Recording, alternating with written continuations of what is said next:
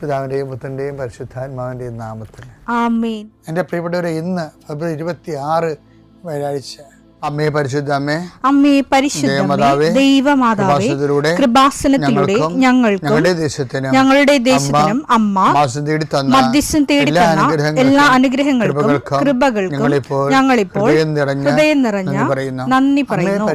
അമ്മേ പരിശുദ്ധമ്മേ, ദൈവമാതാവേ, 2004 ഡിസംബർ 7 ഉച്ചകഴിഞ്ഞ് 2:30 കൃപാസനത്തിൽ സംഭവിച്ച അമ്മയുടെ പ്രത്യക്ഷപ്പെടലിനെ കുറിച്ച് തിരുസഭയ്ക്ക് സമർപ്പിച്ചിരിക്കുന്ന പഠനരേഖകളുടെ മേൽ സഭാത്മകമായ പഠനം ആരംഭിക്കുവാൻ ഞങ്ങൾ പ്രാർത്ഥിക്കുന്നു. അമ്മേ പരിശുദ്ധമേ, ഭൂസ്വർലോകങ്ങളുടെ രാജ്ഞിയായ അങ്ങേയ്ക്ക് ഭൗമസംരക്ഷണത്തിനായി പ്രപഞ്ചപ്രകൃതിയെ തന്നെ തിരുസഭ പ്രതിഷ്ഠിക്കുവാൻ ഈ പ്രത്യക്ഷീകരണം വഴി ഇടയാക്കണമേ. പരിശുദ്ധമേ, ജപമാല മാതാവേ, സകല കൃപാസനം പ്രാർത്ഥനയോടും ചേർത്ത് ഞങ്ങളിപ്പോൾ പ്രാർത്ഥിക്കുന്ന ഈ കുടുംബത്തിന്റെ പ്രത്യേക നിയോഗം പറ മക്കളെ.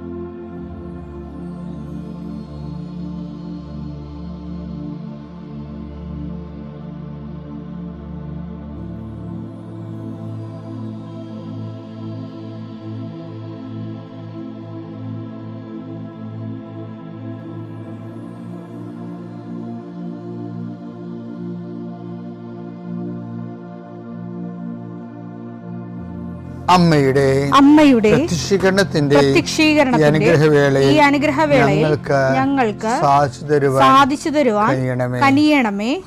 ആമേൻ. വിശ്വാസ പ്രമാണം. സർവശക്തനായ പിതാവും ആകാശത്തിന്റെയും ഭൂമിയുടെയും സൃഷ്ടാവുമായ ദൈവത്തിൽ ഞാൻ വിശ്വസിക്കുന്നു. അവിടുത്തെ ഏകപുത്രനും ഞങ്ങളുടെ കർത്താവുമായ ഈശോ മിശിഹായിലും ഞാൻ വിശ്വസിക്കുന്നു.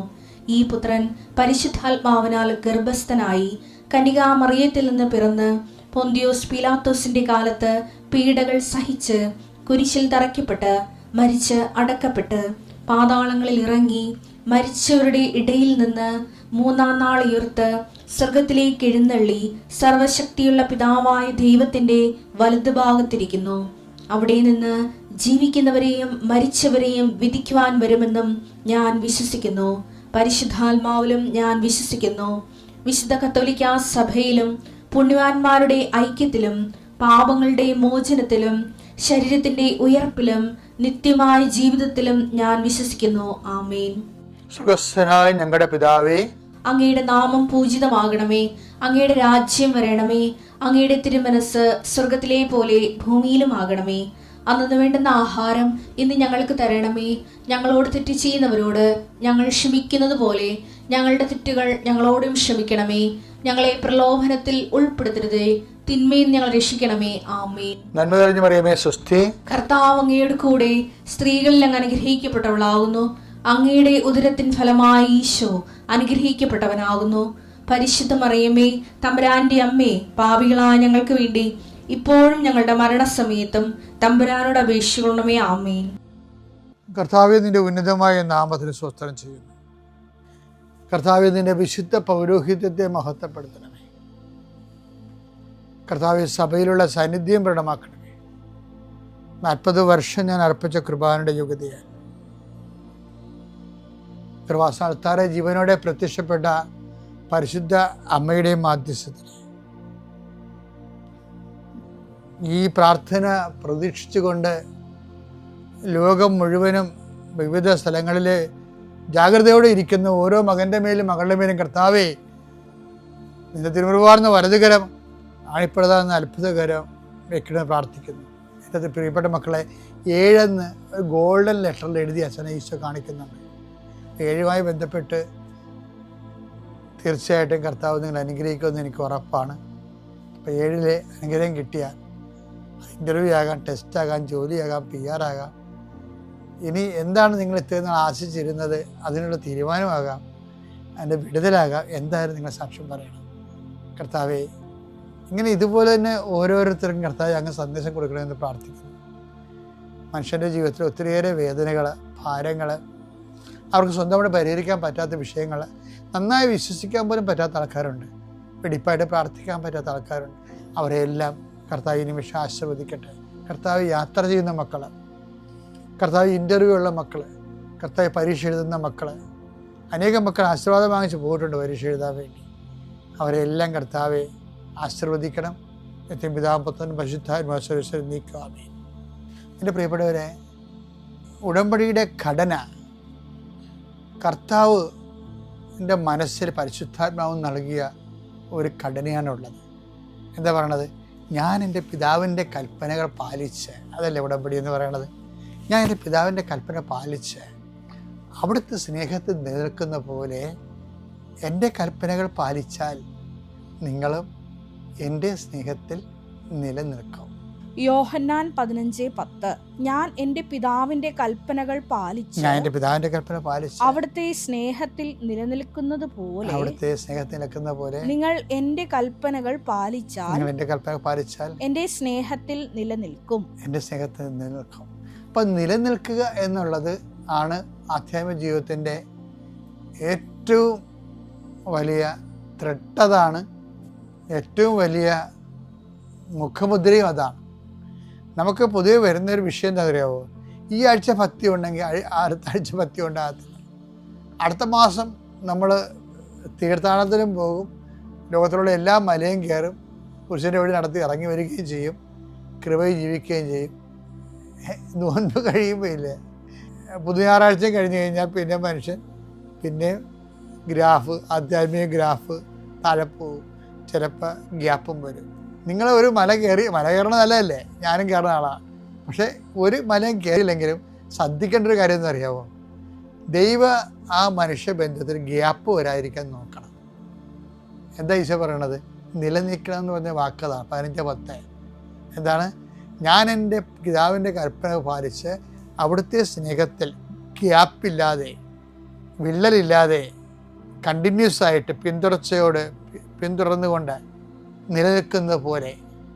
നമ്മൾ ഒത്തിരി പീക്കിലേക്ക് പോയില്ലെങ്കിലും ദൈവമായിട്ടുള്ള ആ ബന്ധം അത് ഒത്തിരിയേറെ നിമ്നോന്നതങ്ങൾ ഇല്ലെന്നുണ്ടെങ്കിലും ഒരു ബേസിക്കായിട്ട് ദൈവമായിട്ടുള്ള ആ നിലനിൽപ്പ് സൂക്ഷിക്കുന്നത് എൻ്റെ ഗുണമെന്ന് വെച്ച് കഴിഞ്ഞാൽ, നിലനിന്ന് കഴിഞ്ഞാൽ ഉള്ള ഗുണം എന്നറിയാവോ?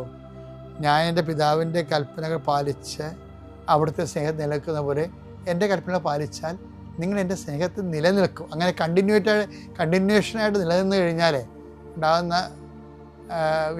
ഉടമ്പടിയുടെ ഗുണവധാനം. ഉടമ്പടി നിങ്ങളുടെ കണ്ടിന്യൂറ്റി ഉറപ്പ് വരുത്തും. കണ്ടിന്യൂറ്റി ഇല്ലേ, തുടർച്ച ഉറപ്പ് വരുത്തും. കാര്യം എന്താണ്? അതിൻ്റെ ചുറ്റവട്ടങ്ങളും ആചാര അനുഷ്ഠാന ക്രമങ്ങളും സുവിശേഷ സാക്ഷ്യങ്ങളും എല്ലാം കണ്ടിന്യൂസ് ആയിട്ട് പോകുന്ന കാര്യങ്ങളായതുകൊണ്ട് അത് ഉറപ്പ് വരുത്തുമ്പോൾ എന്ത് സംഭവിക്കും? 15:7 സംഭവിക്കും. യോഹന്നാൻ 15:7. യോഹന്നാൻ 15:7 നിങ്ങൾ എന്നിൽ വസിക്കുകയും എൻ്റെ വാക്കുകൾ നിങ്ങളിൽ നിലനിൽക്കുകയും ചെയ്യുന്നെങ്കിൽ ഇഷ്ടമുള്ളത് ചോദിക്കുക നിങ്ങൾക്ക് ലഭിക്കും. അപ്പൊ നിലനിൽക്കുക എന്നുള്ള വാക്കുണ്ട് അവിടെ. 2 സ്ഥലത്തുകൊണ്ടേ 15:10 നിലനിൽപ്പുണ്ട്. എന്താണ്? ഞാൻ എൻ്റെ പിതാവിൻ്റെ കൽപ്പന പാലിച്ച് അവിടുത്തെ സ്നേഹം നിലനിൽക്കുന്നത് പോലെ എൻ്റെ കൽപ്പന പാലിച്ചാൽ നിങ്ങൾ എൻ്റെ സ്നേഹം നിലനിൽക്കും. ഇപ്പോഴെന്താ 15:7 പറയണത്? നിങ്ങൾ എന്നിൽ വസിക്കുകയും എൻ്റെ വാക്കുകൾ നിങ്ങൾ നിലനിൽക്കുകയും ചെയ്താൽ ഇഷ്ടമുള്ളത് ചോദിച്ചുകൊള്ളുക നിങ്ങൾക്ക് ലഭിക്കും. അപ്പൊ നിലനിൽപ്പ് ഒരു പ്രശ്നമാണ്. ഗ്യാപ്പ് ഉണ്ടാകരുത്. അതുകൊണ്ടാണ് ഉടമ്പടി ഗ്യാപ്പ് ഉണ്ടായിക്കഴിഞ്ഞാൽ പിന്നെ ഞാൻ പോലും ആൾക്കാരെ കാണത്തില്ല. എന്താ കാര്യം? അതായത് ഒരു ഉടമ്പടിയിലല്ല. ഉടമ്പടിയിലാണെങ്കിൽ അവരെ കാണാൻ എളുപ്പമാണ്. നമുക്ക് ചുമ്മാ കാര്യങ്ങൾ കേട്ട് കർത്താവിൻ്റെ നാമത്തിൽ പ്രാർത്ഥിച്ച് മതാന മധ്യസ്ഥ വെച്ച് കഴിഞ്ഞപ്പോൾ തന്നെ വിഷയം ശരിയാകും. പക്ഷെ അവർ ഉടമ്പടിയിലല്ലെങ്കിലോ, കാര്യം ഉടമ്പടി പ്രകാരം ജീവിക്കുമ്പോഴാണ് നിങ്ങൾ എൻ്റെ വാക്ക് കേൾക്കുകയും ഞാൻ നിങ്ങളെ വസിക്കുകയും ചെയ്യുന്നെങ്കിൽ ഇഷ്ടമുള്ള ചോദിക്കാൻ പോകണം. അപ്പോൾ നമുക്ക് പ്രശ്നമൊന്നുമില്ല, പ്രാർത്ഥനയ്ക്ക് തടസ്സമില്ല, ഇഷ്ടമുള്ള നമുക്ക് ചോദിക്കാം. പക്ഷേ ഗ്യാപ്പ് ഉണ്ടാകരുത്. അത് പ്രത്യേകം ശ്രദ്ധിക്കണമെന്ന് ഈ സമയത്ത് നോയമ്പ് കാലത്ത് പ്രത്യേകം ഓർപ്പിക്കുകയാണ്. പിതാവിൻ്റെയും പുത്രൻ്റെയും പരിശുദ്ധാത്മാവിൻ്റെയും നാമം.